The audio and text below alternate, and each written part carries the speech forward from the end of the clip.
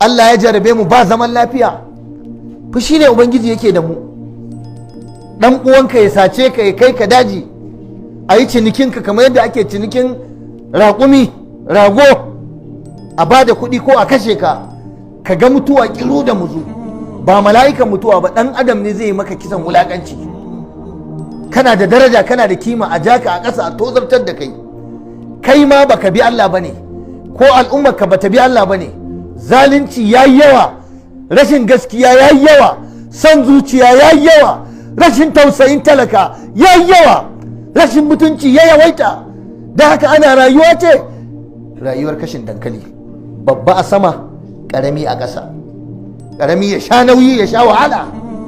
Ba ma tunawa da irin abin da Allah ya yi mana, mutuna na ƙasa da mu, mutuna hakkin Allah akan mu, ba ma yi. Sai Allah in ya zo ya ta jarraba mu da abubuwa da yawa wanda mu san hawa ba, ba mu san sauka ba. Babban makasudi wannan hudu ba shine wani abin da ya faru a jihar Zamfara a wannan sati da ya gabata. Kamar yadda kafafen yada labarai suke faɗa, gidan rediyon BBC suka kira ni suna neman su hira da ni akan wannan abu, kamar yadda na kira wasu daga cikin jami'ai na Hizba wanda su suka yi wannan kokari na magance wannan matsala. Allah musu albarka.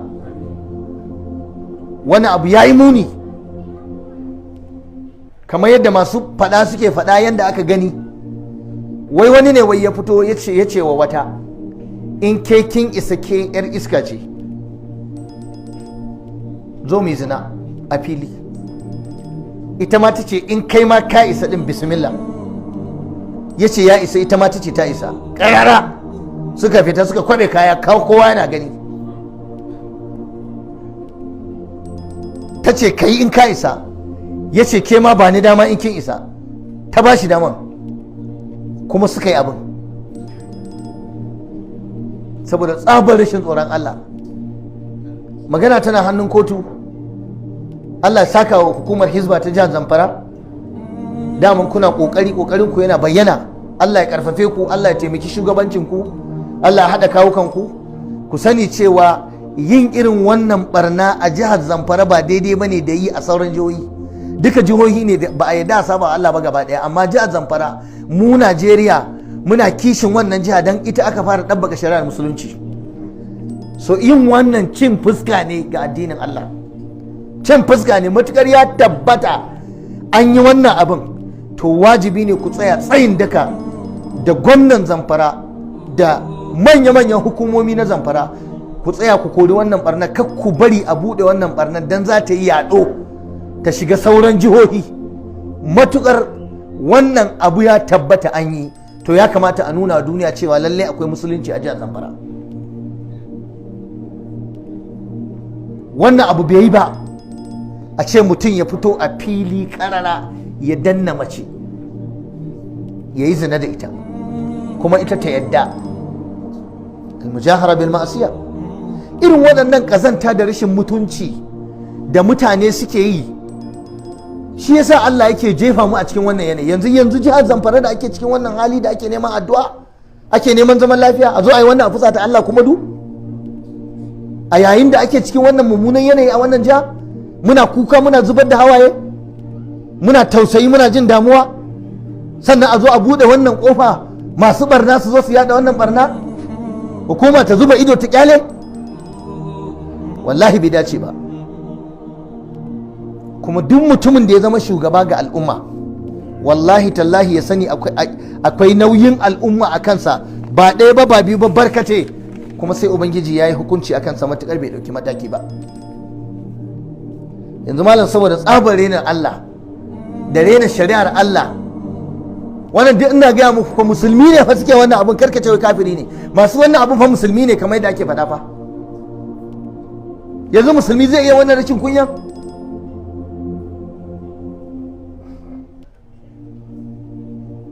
Mutum ya zo ya ɗauki wani, ana ba da labari mata yake da su guda 3, gaba ɗaya a rana ɗaya ke kwana da su a ɗaki ɗaya a cikin wannan al'ummar,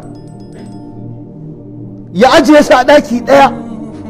Wallahi wani ya zo yana gaya mu, yana ban labari, yana mun fatawa, ya ce a gado ɗaya ya shimfada ɗaya ta nan dama ɗaya ta hagu, kuma ya jima'i da su saboda ba shi da mutunci baya tsoron Allah, kuma a gaban ɗayar kuma tana gani.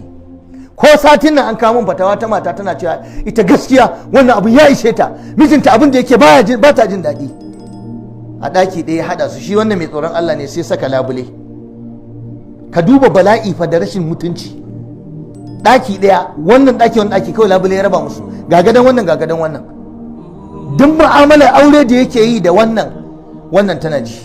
Shine ɗayan ta ce ita ba za ta yadda da wannan rashin kunya ba, amma amsar da ya bayar ba matarsa ba ce. Mutum ya jera iyalinsa ya jera mata. To akwai wanda kuma shi ba ma wannan ba, zinar yake yi, matan yake jerawa a ɗaki ɗaya suna kallonsa. Almujahara bil ma'asiya. Akwai wanda suke saban Allah suna zinan, kuma wallahi al'azimu su sa 'yan matan su kunna waya suna musu bidiyo. Akwai wanda sai sun kafa bidiyo akan gadan sai su zauna su yi. Akwai wanda shine yake yi yake ɗauka wai ya rike wannan bidiyon saboda wannan yarinyar ya riga ya gama da ita, in ta mai rashin mutunci nan gaba shi ma ya mata. Idan ya zo postin sai ya yanke kansa sai ya tura. Al-mujahara bil ma'siyah. Mutum ya zo ɗaki ya ɗauko 'yar mutane ya kunna waya saboda yana da waya mai tsada mai ɗaukan hoto, yana lalata da 'yar mutane yana ɗaukan hoto. Da yake banza ne shi bai da wayo, in ya koma gida matarsa tana bincike kuma ta je ta gano wannan. Ni da nake gaya muku wannan baran iya irga muku iya kes na matan aure da mazajensu da na kashe akan wannan abin ba. Malam wallahi tallahi ina da shi a wayarsa gashi nan. Ya je ya tara 'yan mata guda kaza, wannan tana sumbantansa, wannan tana jan kafarsa, wannan tana shafa shi, wannan tana yi mata kaza. Shi kadai ta ce wannan wani irin mutum ne, ba zan zauna da shi ba. Amma haka za mu ce su yi haƙuri, zaman aure sai haƙuri. Mu ta ba wa matan nan haƙuri, ana musu rashin kirki a gida ba amana. Almujahara bil ma'asiya. Idan na ta buga muku misalin abin da wannan al'ummar take yi na bayyana sako, wallahi al'azimu malam ba zai lissafu ba. Banda maganar shan giya. Mutum ya je musulmi ne fa, ba na magana kan da ba musulmi ba da shi nake ba ruwa na da shi.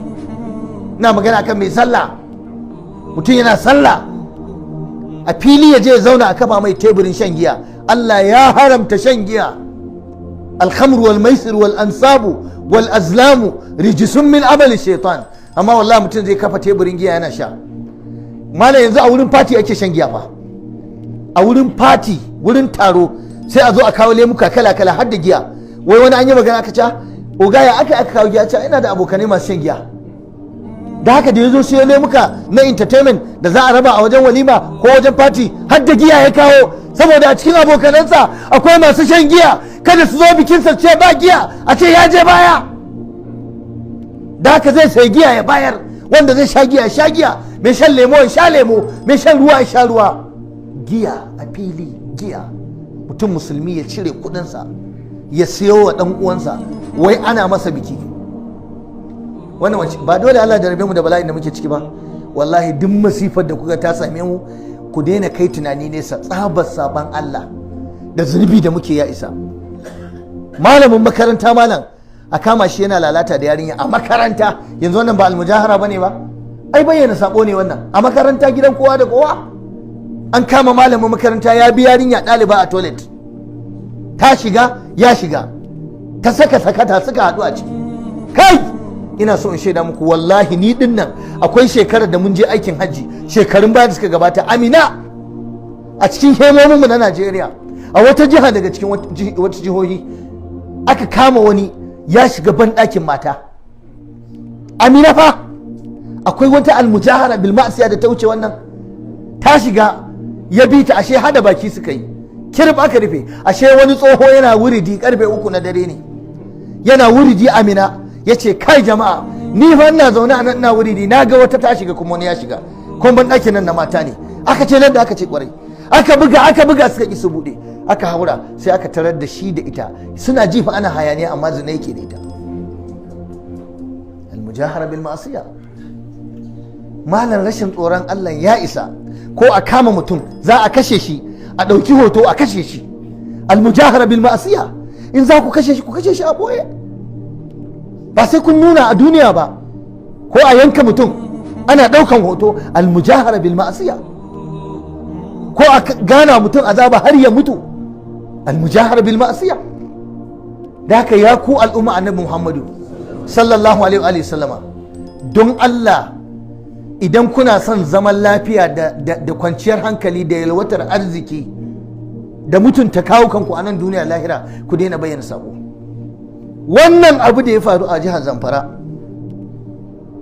na waɗansu da aka kama ana zargin su sun yi zina a fili ƙarara, duniya ta gani, kafafen yaɗa labarai suna ta yaɗawa.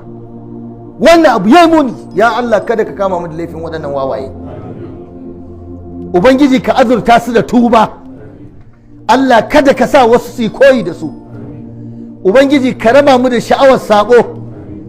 Mabarnatan cikinmu, masu buɗe gidajen barna a cikinmu, masu buɗe gidajen kaɗe-kaɗe da gidajen raye-raye da gidajen waƙe-waƙe da gidajen ainihin luwaɗi, neman maza, neman mata, barna, fasadi. Ya Allah ka shirya da su, ka ganar da su. Kun san cewa yanzu a ƙasar nan akwai gidaje da ake buɗewa na kiɗa da rawa da wanka, swimming pool, maza da mata su shiga a fili ana ɗaukan hoto suna wanka. Budurwar yarinya balagaggiya ta kwaɓe ta tunduma a cikin ruwa, namiji ya sufa ya hau gadon bayanta. Yanzu mutanen Najeriya musulmi kuna aikata wannan kuma kuna tsammanin Allah ya sassauta muku? Yanzu mu da muke wannan kuma shine za mu je gaban Allah mu ce muna neman Allah ba mu shugabanni masu tausayi?